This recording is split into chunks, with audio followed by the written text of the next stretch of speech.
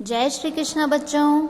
आज आप पढ़ रहे हो अपने पर्यावरण का पार्ट 3, जिसके अंदर पिछले वीडियो में आपने पढ़ा था कि हेलन केलर के बारे में, जो कि आंखों से देख नहीं पाती थी, लेकिन वो लेखिका है और लेकिन वो देख नहीं सकती। तो आपका सवाल ये था कि अरे मैम, ये लेखिका है और ये देख भी नहीं सकती है। तो मैंने आपको बताया था कि वो उनके जो लोग देख नहीं पाते उनके लिए एक विशेष लिपि होती है, ब्रेल लिपि। ब्रेल लिपि के द्वारा वो अच्छे से उनको पढ़ सकते हैं। क्यों? उस लिपि में अक्षर कैसे होते हैं? उभरे हुए संकेत होते हैं। तो उन्हें देखकर वो, उन्हें छू कर वो पढ़ लेते हैं। आपको ये भी बताया था कि आप भी एक ऐसा खेल खेल सकते हैं कि एक थैले में कुछ सामान डाल सकते हैं, जिसमें पेंसिल हो, रबर हो, पेन हो, और फिर आप अपने दूसरे फ्रेंड से कह सकते हैं कि अब तुम इसे छू कर पहचानो। देखना नहीं है, लेकिन छू कर पहचानना है कि इसमें ये चीज़ क्या है। तो वो आपने उस चीज़ को कैसे पहचाना? छू कर। तो अब हम उसके आगे पढ़ेंगे कि ब्रेल लिपि में हर अक्षर, जैसे ए बी सी के लिए विशेष उभरे हुए संकेत होते हैं। ब्रेल लिपि के अंदर क्या होता है?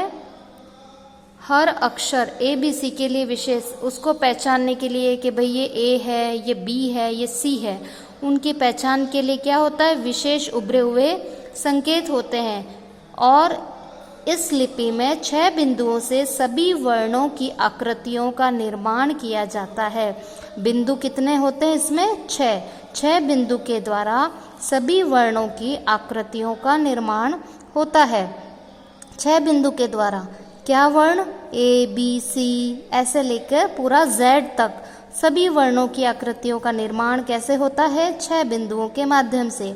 चित्र में ये आप देख रहे हैं, ये क्या है? स्टाइलस। क्या है? स्टाइलस है, और इसको बोलते हैं नुकीली कलम। और ये जो है, ये आप देख रहे हैं, ये क्या है? एक स्केल है।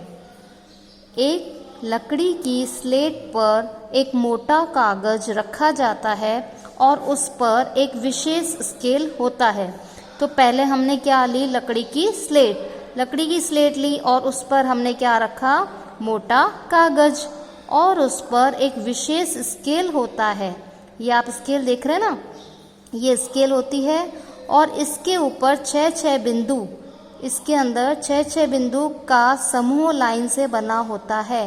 6 बिंदु का क्या होगा? ये 1 2 ये 3 ये 4 5 6, ये 6 लाइन का समूह है ना। तो इसके ऊपर 6 बिंदु का समूह लाइन से बना होता है। कागज पर नुकीली कलम से जो अक्षर लिखना है, उसके अनुसार बिंदु पर छेद कर दिया जाता है।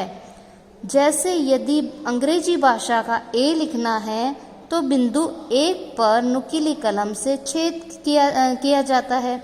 इस नुकीली कलम को स्टाइलस कहते हैं। अब आपको ये बताया था, जैसे एक ए है, तो ए में यहाँ पे छेद कर देंगे इस तरीके से। ये कह रहे हैं ना, अंग्रेजी भाषा का ए वर्ण लिखना है तो बिंदु 1 पर नुकीली कलम से क्या करेंगे? छेद कर देंगे। इसी नुकीली कलम को क्या कहते हैं? स्टाइलस कहते हैं। ये आपके सामने नुकीली कलम है, स्टाइलस। इसके द्वारा देखो, इसकी कलम की कितनी नोक है ना, इस नोक से क्या करते हैं? इसके अंदर स्केल में छेद करते हैं। जो भी आपको बनाना है, ए आई डी एन आई, जो भी बनाना है, वहाँ पे क्या कर देंगे? छेद। तो सबसे पहले क्या लिया? मोटा कागज लिया, फिर स्केल ली। जो भी अक्षर लिखना है उसके अनुसार बिंदु पर छेद करेंगे, और जब वो उभर जाएगा तो उसको वो आराम से पढ़ सकते हैं। कागज पर छेद करने के बाद उसे पलट देते हैं। जैसे इस साइड में आपने यहाँ पे छेद किया है, तो आप उसको पिछली साइड में पलट कर देखेंगे। कागज के इस तरफ अंगुली फेरने पर उभरे हुए बिंदु महसूस होते हैं।